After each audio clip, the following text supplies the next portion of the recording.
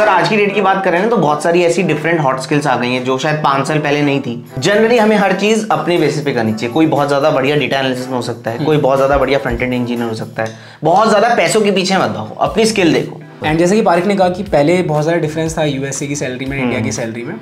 अभी यहाँ पर भी हमें काफ़ी अच्छे अच्छे पैकेजेस देखने को मिल जाते हैं। अगर मैं इन स्किल्स की बात करूँ तो आई विल हाईली रिकमेंड को बहुत ज़्यादा हाई लेवल का डीएसए नहीं चाहिए। प्रॉब्लम सॉल्विंग में वही अच्छा बनाएगा, हमें अच्छी थिंकिंग सॉल्यूशन वाला वही बनाएगा, तो वो तो हमें करना है। तुम्हारे को बेवकूफ समझेंगे लोग अगर तुम्हें HTML CSS अच्छे से नहीं आती। और बहुत लोग अंडररेट करते हैं इसको क्योंकि थोड़ा आलस वाला काम होता है। बस कोर्सेज कर लिया तो तुम्हारी कोई वैल्यू नहीं है।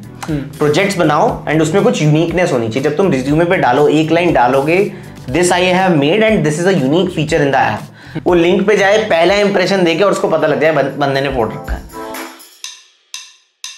हाय एवरीवन, तो यार ये बात तो आपको पता ही होगी कि आईटी में ना आपके पास बहुत सारे ऑप्शंस होते हैं।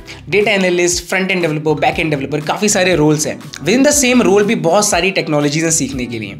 तो यार इस वीडियो में will talk about the highest paying skills that you can learn.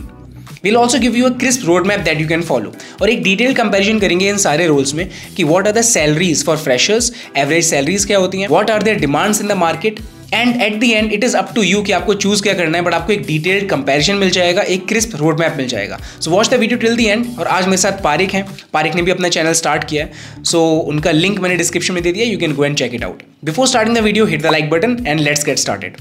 हाय पारिक, कैसे हैं आप? बढ़िया सर, आपके क्या हाल है? मैं भी बढ़िया हूँ। तो पारिक, हमें ना बहुत सारे इंटरेस्टिंग क्वेश्चंस आपसे पूछने हैं। हमारे फ्रेशर्स जो आए हुए हैं उनको जानना है कि यार कौन सी ऐसी स्किल्स हैं, कौन से ऐसे टेक स्टैक्स हैं जिनको सीख करके इंडस्ट्री में एंटर कर सकते हैं। तो एक बार वो लिस्ट डाउन कर लेते हैं, फिर बाकी का डिस्कशन उसके बाद करेंगे। तो सर आज की डेट की बात करें ना तो बहुत सारी ऐसी डिफरेंट हॉट स्किल्स आ गई हैं जो शायद 5 साल पहले नहीं थी, बट आज की डेट में बहुत ज़्यादा उनकी डिमांड बढ़ गई है। एंड बहुत सारी जॉब्स हैं उसमें अवेलेबल, लाइक जैसे फ्रंट एंड डेवलपमेंट है, बैक एंड डेवलपमेंट है, डेवऑप्स की जॉब्स हैं, cloud engineers, right, data analysis की जॉब्स हैं। ये डिफरेंट 4-5 स्किल्स की जॉब्स बहुत ज़्यादा इनकी डिमांड बढ़ गई हैं क्योंकि जैसे मैं बात करूँ फ्रंट एंड है, बैक एंड है, तो डेवलपर्स तो चाहिए। कोई भी नई वेबसाइट बनानी है, ऐप बनानी है, तो वी नीड डेवलपर्स। बड़ी कंपनीज में डेटा बढ़ते जा रहा है तो डेटा एनालिसिस के रिक्वायरमेंट बढ़ गई है। सर्वर्स को मैनेज करने के लिए लोग चाहिए तो डेवऑप्स की रिक्वायरमेंट बढ़ गई है। So these are kind of hot skills क्योंकि इंडस्ट्री ग्रो करती जा रही है, टेक इंडस्ट्री, तो इन लोगों की डिमांड भी काफ़ी ज़्यादा बढ़ गई है। करेक्ट। तो ये जो आपने अभी प्रोफाइल्स लिस्ट डाउन करी हैं, इनमें से सबसे ज़्यादा हाई डिमांड प्रोफाइल कौन सी है? देखो सर, अगर मान लो इसको मैं अगर वैसे डिफाइन करूं तो एक कंपनी है, मान लो छोटी सी 20 लोगों की टीम है, ठीक है, तो कहीं ना कहीं सबसे ज्यादा फ्रंट एंड डेवलपर होता है, तो 20 में से 10 लोग कहीं ना कहीं फ्रंट एंड डेवलपर के होंगे। 50% front end developers. Okay. Basically 5 लोग बैकएंड के होंगे, 3 लोग डेवऑप्स वगैरह संभालेंगे, सर्वर्स वगैरह, और 2 लोग डेटा एनालिसिस पे काम करेंगे जो आउटकम देंगे, यार ये डेटा आ रहा है यूजर का एंड ऐसे ऐसे हमें गोइंग फॉरवर्ड डिसीजंस लेने चाहिए।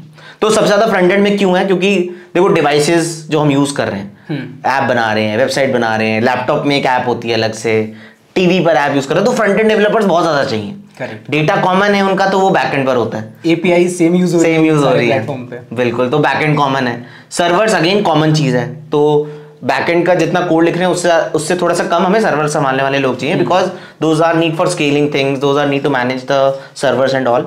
और डेटा एनालिसिस ऑब्वियसली आउटकम्स चाहिए, बट जनरली 1-2 लोग मिलकर ही 20 लोगों की टीम में ढंग से बता देंगे यार ये डेटा आ रहा है एंड इसके बेसिस पे गोइंग फॉरवर्ड ये बनाते हैं। तो इस टाइप का करंटली डिमांड सब में है, बट इस रेशियो में ज्यादा है, तो फ्रंट एंड में थोड़ा ज्यादा है सब में, बट इस रेशियो में है। अच्छा, ठीक है, परफेक्ट। तो ये तो आपने हमें बता दी कि डिमांड कितनी है। अब एक बार थोड़ा सैलरी में बात कर लेते हैं। इन सारी प्रोफाइल्स में एज अ फ्रेशर आप कितनी सैलरीज एक्सपेक्ट कर सकते हैं एंट्री लेवल पे?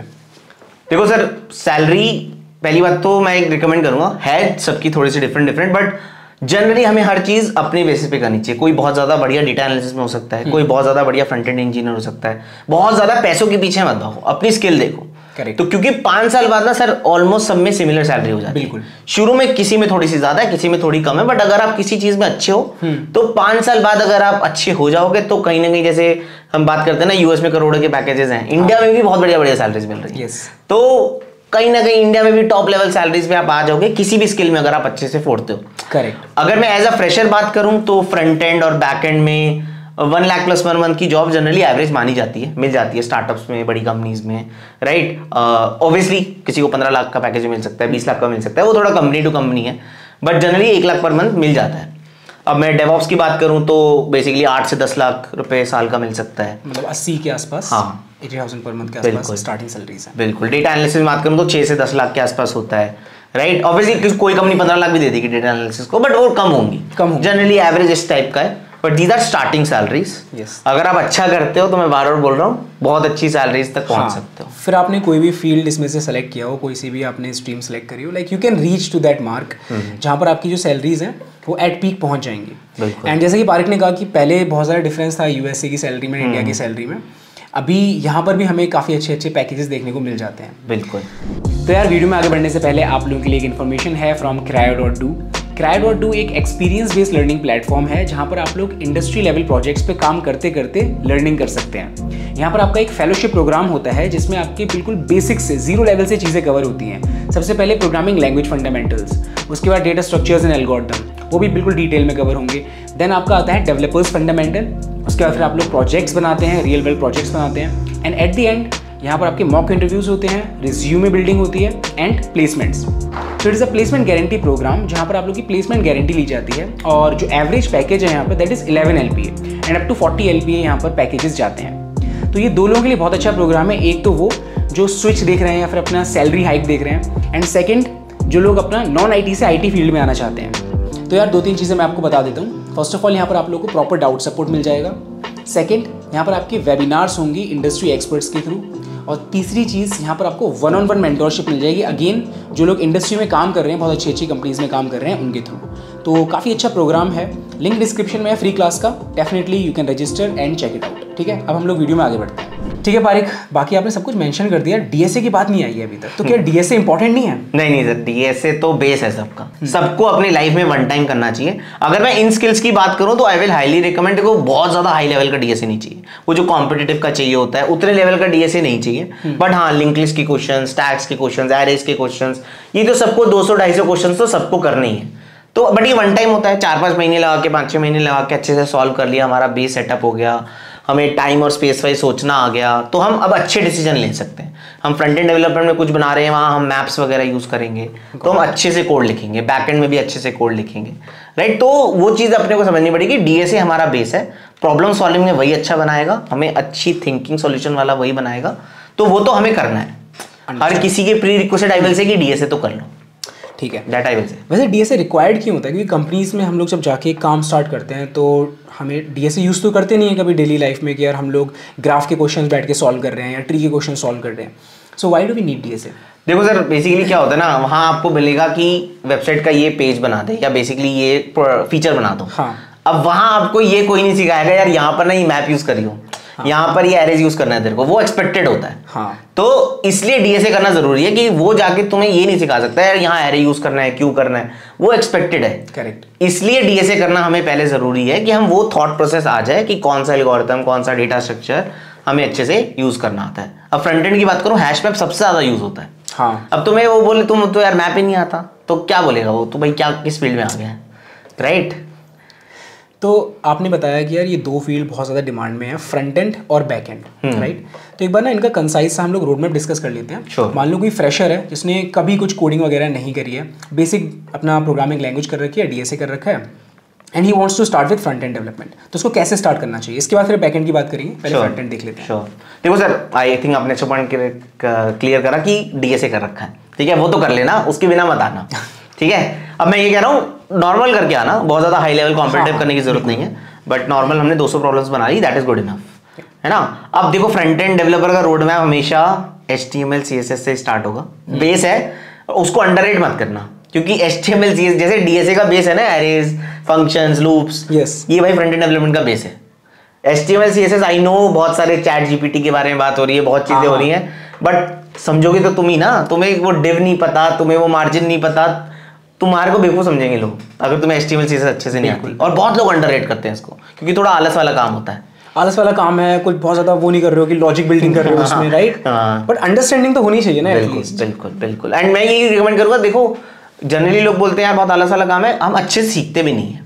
अगर हम एक अच्छे से उसको, मैं हमेशा बोलता हूँ HTML CSS को अच्छे से करना है ना, अपने ऊपर एक प्रोफाइल पेज बना लो, अपना रिज्यूमे का पेज बना लो, क्योंकि तुम अपने बारे में ना हर चीज सुंदर बनाओगे, पोर्टफोलियो, हर चीज को सोच समझ के बनाओगे। यार मैं अपने आप को रिप्रेजेंट कर रहा हूँ, यहाँ मार्जिन भी अच्छे से दूं, यहाँ पैडिंग भी अच्छे से दूं, तो तुम CSS और HTML भी अच्छे से सीख जाओगे और तुम्हारे को अच्छे से फ्रंट एंड डेवलपमेंट का स्टार्ट मिल जाएगा।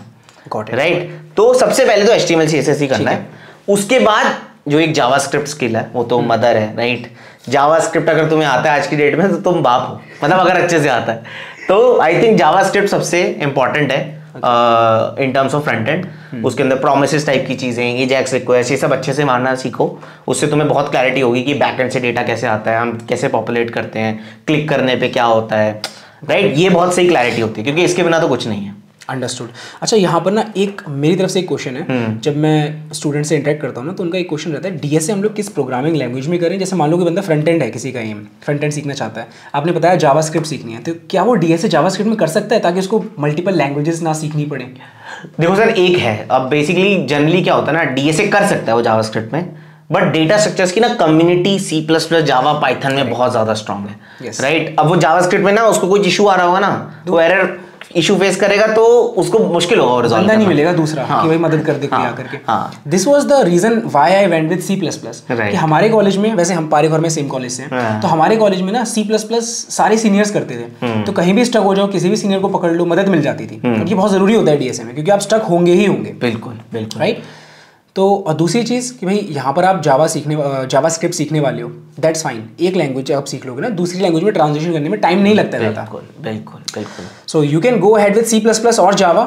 जब फ्रंट एंड की बात आएगी तो सीख लेना भाई, जावास्क्रिप्ट मैंने भी सीखा था, ठीक है, विद इन अ वीक मैंने सीखा था जावास्क्रिप्ट, और विद इन अ मंथ मैंने प्रोजेक्ट भी डिप्लॉय किया था व्हेन आई जॉइंड क्यू। बिल्कुल बिल्कुल, ठीक है। तो हमने 3 चीज़ें यहाँ पर देख ली, ठीक है, HTML CSS, जावास्क्रिप्ट, और क्या बचता है? एक बहुत इंपॉर्टेंट चीज है, ये मैं 5 साल पहले होता तो नहीं बोलता, बट आज की डेट में सर फ्रेमवर्क सीखना बहुत इंपॉर्टेंट है। चाहे वो रिएक्ट हो या एंगुलर हो या फ्लटर हो, वो बहुत इंपॉर्टेंट है, क्योंकि फ्रंट एंड डेवलपमेंट ये नहीं रह गया बस पेज बिल्ड करना।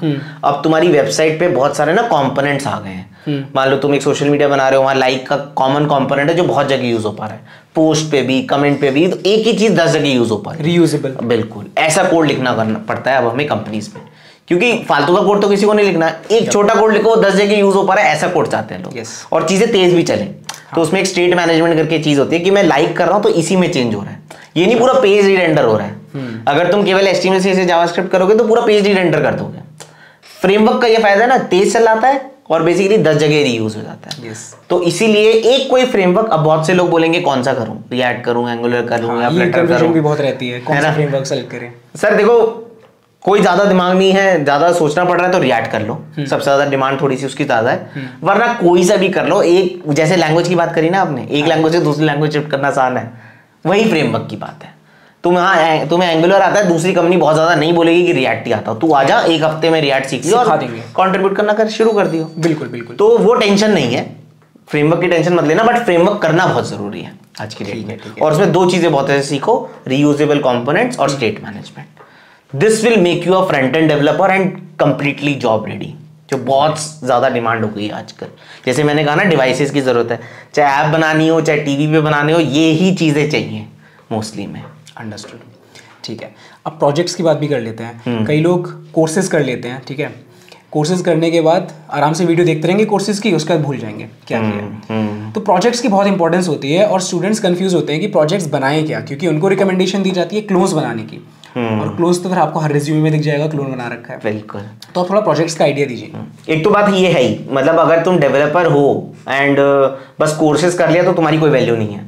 प्रोजेक्ट्स बनाओ एंड उसमें कुछ यूनिकनेस होनी चाहिए। जब तुम रिज्यूमे पे डालो, एक लाइन डालोगे, this I have made and this is a unique feature in the app. जैसे आपने कहा क्लोन्स भी बना रहे हो, अगर तुम इंस्टाग्राम का क्लोन बनाओ, फेसबुक का क्लोन बनाओ, मोस्टली तुम कॉपी पेस्ट करो, अच्छे से समझो कि कैसे क्या हुआ है, बट 2-3 यूनिक फीचर्स डालो जो इंस्टाग्राम पे भी नहीं है, जो फेसबुक पे भी नहीं है, ऐसी चीज डालोगे तो फिर वैल्यू है उस क्लोन की भी। बट तुमने बस कॉपी मार दिया और बेसिकली बिल्कुल सेम छाप दिया, उसकी कोई वैल्यू नहीं है। राइट, तुम 2-3 क्लोन्स बनाओ बट उसमें फिर यूनिक फीचर्स ऐड करो। या मैं हमेशा रिकमेंड करता हूँ, यूनिक प्रोजेक्ट आइडिया क्या होता है, हम अपने बारे में यूनिक चीजें ले आए।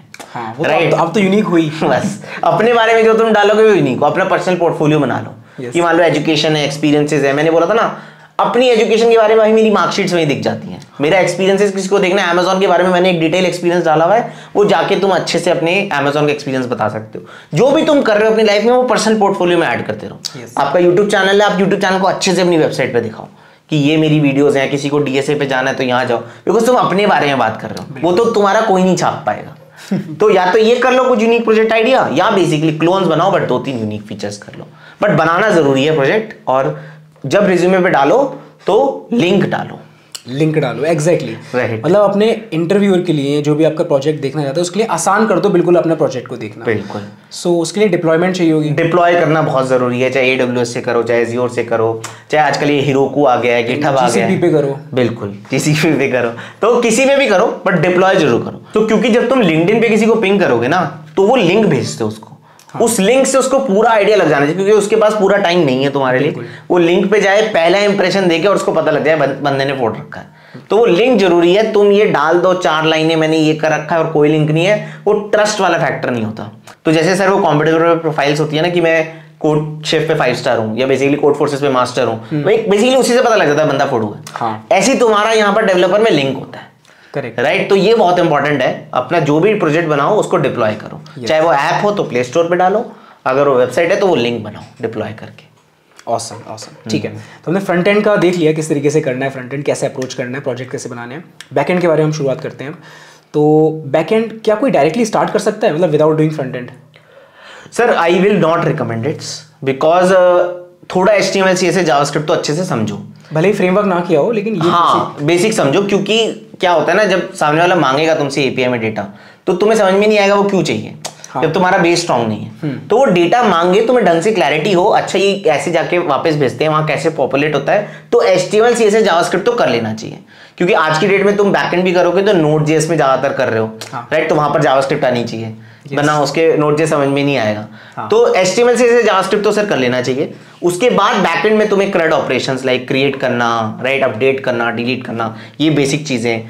अब बैकएंड का सबसे इंपॉर्टेंट काम है सिक्योर्ड कोड लिखना, राइट, क्योंकि API तुम्हारी ऐसी है जो कोई भी हिट मार देता है पब्लिकली। हाँ। तो फिर बेकार कोड है ना, फिर तुम्हारा क्या फायदा है, सिक्योरिटी पूरी। हाँ, कि जो लॉगिन कर रहा है उसी के क्रेडेंशियल से सब कुछ डेटा पॉपुलेट हो रहा है, आपको अपना डेटा मिल रहा है, मेरे को अपना डेटा मिल रहा है, मेरे को आपका डेटा नहीं मिलेगा। Correct. ये चीजें ऐसा कोड लिखना that will make you a great backend developer, right. उसमें CRUD ऑपरेशन सीखोगे, उसमें तुम कुछ चीजें क्यू में लगाना सीखोगे, जैसे मेल्स कई बार बाद में आती हैं तो क्यूज का कैसे कॉन्सेप्ट लगता है, राइट। अब बेसिकली डिफरेंट टेबल्स बनाना सीखोगे, मैनी टू मैनी किसका रिलेशन बनाना है, वन टू मैनी किसका रिलेशन बनाना है, राइट। जैसे मान लो लाइक करते हो तुम, तो लाइक पोस्ट पे भी कर रहे हो, लाइक कमेंट पे भी कर रहे हो, अब बैकएंड पे वो अच्छा कैसे कोड लिखा जाएगा, क्योंकि लाइक तो एक ही मॉडल है, अच्छा लाइक पोस्ट पे भी कर सकते हैं, लाइक कमेंट पे भी कर सकते हैं। तो ऐसी चीजें सोचना तुम्हें एक अच्छा बैकएंड डेवलपर बनाएगा। ऑलराइट, और इनका पाथवे क्या रहेगा? मतलब आपने बताया कि बेसिक HTML CSS जावास्क्रिप्ट कर लिया, उसके बाद what should be the next step? Learning a programming language और choosing the framework?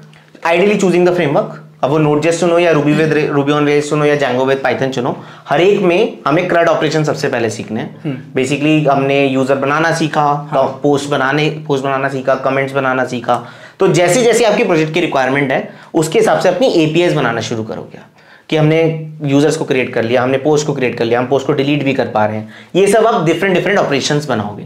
In operations को बनाने में आप मॉडल्स वगैरह सीखोगे, आपको डेटाबेसेस सीखने पड़ेंगे, MongoDB हो सकता है, SQL हो सकता है, जो भी आपके लिए बेस्ट सूट करे, राइट। तो वो चीजें करोगे, APIs बनाओगे, बाहर फ्रंट एंड पे भेजोगे, that's how you will become kind of a backend developer. तो सिक्योरिटी सर बहुत इंपॉर्टेंट है। जैसे मान लो आप लॉगिन करवा रहे हो, राइट, उसकी जो पासवर्ड ले रहे हो वो आप कैसे स्टोर करवा रहे हो, ये थोड़ी किसी का पासवर्ड एज इट इज अपने सिस्टम में स्टोर कर लोगे, उस बंदे ने कहीं और भी यूज कर रखा होगा सेम पासवर्ड। बिल्कुल, तो इसलिए उसके इंक्रिप्टिंग होती है कि आपके पास उसका इंक्रिप्ट पासवर्ड होगा, जब वो बेसिकली आप उसको वापस भेजोगे तो उसको डिक्रिप्ट करके भेजोगे, ऐसे कोड्स लिखने होते हैं।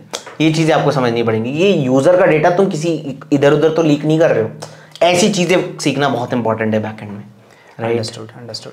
अच्छा, इंटरव्यूज की अगर हम बात करें फ्रंट एंड और बैक एंड के इंटरव्यूज की, तो DSA क्या फ्रंट एंड वाले इंटरव्यूज में भी रिक्वायर्ड होता है? कितना रिक्वायर्ड होता है? देखो सर, बेसिक तो हर कोई पूछेगा, हाँ, राइट। अगर मैं बात करूं DSA जो है ज्यादातर बैकएंड में ज्यादा पूछा जाएगा, क्योंकि आप देखो ना सिक्योरिटी लिखने हैं, एज केसेस ज्यादा सोचने हैं, राइट, लॉजिक्स थोड़े से ज्यादा पूछने हैं, उसमें बेसिकली कुछ ना कुछ जो बेसिकली हम जो ऑप्टिमाइज कोड ज्यादा लिखना होता है वो बैकएंड पे ज्यादा यूज होता है, क्योंकि कोई भी बंदा लॉग इन कर रहा है हो वो बैकएंड से ही रहा है ना, फ्रंट एंड तो बस भेज रहा है। तो ज्यादातर बैकएंड पे जो सिस्टम को तेज चलाना है वो बैकएंड की रिस्पॉन्सिबिलिटी ज्यादा होती है। तो पूछा दोनों जगह जाएगा, राइट। डीएसए 30% फ्रंट एंड में है, 70% बैक एंड में, राइट। तो उस टाइप से रेशो है। ठीक है। अच्छा, बैकएंड का फ्रेमवर्क भी एक बार बता दो हमें कौन सा, क्योंकि जेंगो हो गया, स्प्रिंग बूट हो गया, नोड जेएस है अपने पास, तो अभी ट्रेंडिंग क्या है?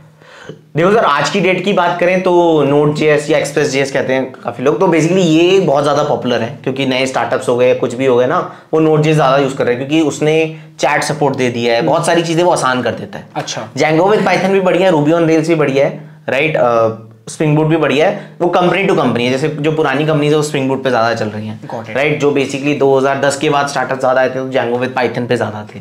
आज की डेट में जो नए बन रहे हैं तो नोड जेएस पे ज्यादा है।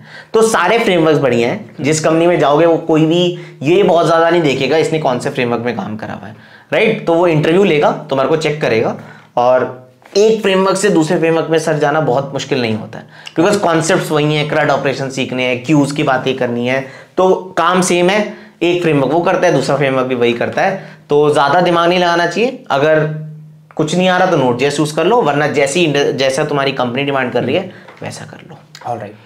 अगर प्रोजेक्ट्स की बात करें तो जो प्रोजेक्ट्स आपने फ्रंट एंड में सजेस्ट किए तो उन्हीं का आप बैक एंड वगैरह भी बना सकते हैं। बिल्कुल बिल्कुल बिल्कुल। जैसे मैंने बोला ना, इंस्टाग्राम का बना रहे हो तो इंस्टाग्राम में पीछे पोस्ट कैसे बनेंगे, कमेंट्स कैसे बनेंगे, उसको सिक्योर करो कि यार बेसिकली अगर बंदे ने ब्लॉक कर रखा है किसी को तो भाई अब वो कमेंट नहीं कर सकता, वो दूसरे की बंदे की प्रोफाइल को व्यू नहीं कर सकता। हाँ। ये नहीं तुम्हारे किसी लिंक पे जाके वो उस बंदे की प्रोफाइल देख पा रहा है, तो ऐसा कोड लिखना शुरू करो। तो ई कॉमर्स बना रहे हो तो कार्ट बनाओ, राइट। कार्ट में अब ढंग से हैंडल करो, आपकी कार्ट अलग है, मेरी कार्ट अलग है, ये नहीं मैंने ऐड आइटम करी और आपकी कार्ट में आइटम ऐड हो गई। तो ये चीजें आप ढंग से सिक्योर कोड लिखना शुरू करो, और वही है, प्रोजेक्ट एक ही रखो, उसका फ्रंट एंड और बैक एंड कहीं ना कहीं एक टाइप का यूज हो जाए। अंडरस्टूड। एक ना जो फ्रेशर्स के दिमाग में क्वेश्चन आता है वो ये है कि यार हम डिसाइड कैसे करें कि हम फ्रंट एंड चूज़ करना चाहते हैं या बैक एंड चूज़ करना चाहते हैं, स्टार्टिंग में नहीं पता होता है कि कहाँ मज़ा आएगा, तो उनके लिए फिर क्या एडवाइस है? देखो सर, मेरे को तो लगता है हमें एक्सप्लोर दोनों टेक्नोलॉजीज करनी चाहिए क्योंकि काफी सिमिलर है। हाँ। फ्रंट एंड पे भी बैक एंड पे भी HTML CSS जावास्क्रिप्ट तो सीखना ही है ना। तो फ्रंट एंड पहले चूज कर रहे हो तो HTML CSS जावास्क्रिप्ट अच्छे से सीखो और फ्रंट एंड के फ्रेमवर्क में काम करो। ठीक है। तो तुम्हें आइडिया लगेगा फ्रंट एंड टेक्नोलॉजी का। ठीक है। फिर उसके साथ साथ तुम जब फ्रंट एंड फ्रेमवर्क में डेटा मंगा रहे हो तो बैक एंड यूज करोगे, तो वहां बैक एंड का भी अच्छे से यूज कर लोगे। एक काइंड ऑफ प्रोजेक्ट कंप्लीट बना रहे हो फ्रंट एंड पे भी और बैक एंड पे भी। देखो, हो सकता है तुम्हें दोनों में मजा आए, हो सकता है तुम बोलो यार बैक एंड में तो इतने लॉजिक लगाने पड़ते हैं, मुझे मजा नहीं आ रहा, या फ्रंट एंड पे इतनी स्टेट मैनेज करना तो मेरे बस की नहीं है। तो अकॉर्डिंगली टेक द कॉल कि भाई मुझे तो ये फ्रंट एंड वाली चीज ना मजेदार लग रही है, ये स्टेट मैनेजमेंट का कोड लिखना मुझे मजा आता है, मैं ओवरऑल अच्छे से आर्किटेक्चर सोच पाता हूँ, या मैं बैक एंड में अच्छा कर पाता हूँ, या मैं दोनों में अच्छा कर पाता हूँ। So that will make you decide कि यार मैं किस में अच्छा हूँ। डिमांड तीनों में है, फुल स्टैक में भी, फ्रंट एंड में भी, बैक एंड में भी। फ्रंट एंड में जाते हो तो फ्रंट एंड में बहुत तगड़े हो तब होगे, बैक एंड में ही जाते हो तो बैक एंड में बहुत तगड़े हो तब होगे, और बेसिकली फुल स्टैक में तो दोनों टाइप पे यूज हो जाता है। जनरली क्या होता है ना, नया स्टार्टअप है वो फुल स्टैक डिमांड करते हैं। हाँ। क्योंकि उन्हें एक ही बंदा चाहिए जो सब कुछ देख ले। जब थोड़े से बड़ी हो जाती है कंपनी तो भाई फ्रंट एंड अलग करो, बैक एंड अलग करो। तो इसलिए अकॉर्डिंग टू दैट है, फुल स्टैक कर लेते तो बहुत सही है, बट इट्स एब्सोल्युटली ओके अगर तुम फ्रंट एंड में ही अच्छे हो, बिकॉज अगर बहुत अच्छे हो तो तुम्हारी डिमांड बहुत हाई है, right. So this will make you decide कि हमें क्या करना चाहिए। ऑलराइट। तो मतलब बेसिकली आपकी ये एडवाइस है कि दोनों का फ्लेवर ले लो, बिल्कुल, और जो अच्छा लगे उसमें फोड़ दो फिर। बिल्कुल, क्योंकि प्रोजेक्ट्स तो कॉमन है। यस, है ना। ऑलराइट। तो पारिक, बहुत ही अच्छा डिस्कशन था एंड आई होप आप लोगों को भी क्लैरिटी मिल गई होगी कि आपको करना क्या है और कैसे करना है चीज़ें, right. So thanks a lot Parik for sharing this with us and thanks a lot for coming here on the channel. मुझे भी बहुत अच्छा लगा सर आपसे मिलके एंड बढ़िया था podcast, so thank you so much. Thank you so much and video को लाइक कर देना, चैनल को सब्सक्राइब कर देना। पारिक के चैनल का लिंक मैंने डिस्क्रिप्शन में आप लोगों को दिया हुआ है, तो डेफिनेटली जाकर के आप लोग चेकआउट करना। ठीक है, हम लोग मिलते हैं दूसरी पॉडकास्ट में, तब तक के लिए बाय बाय।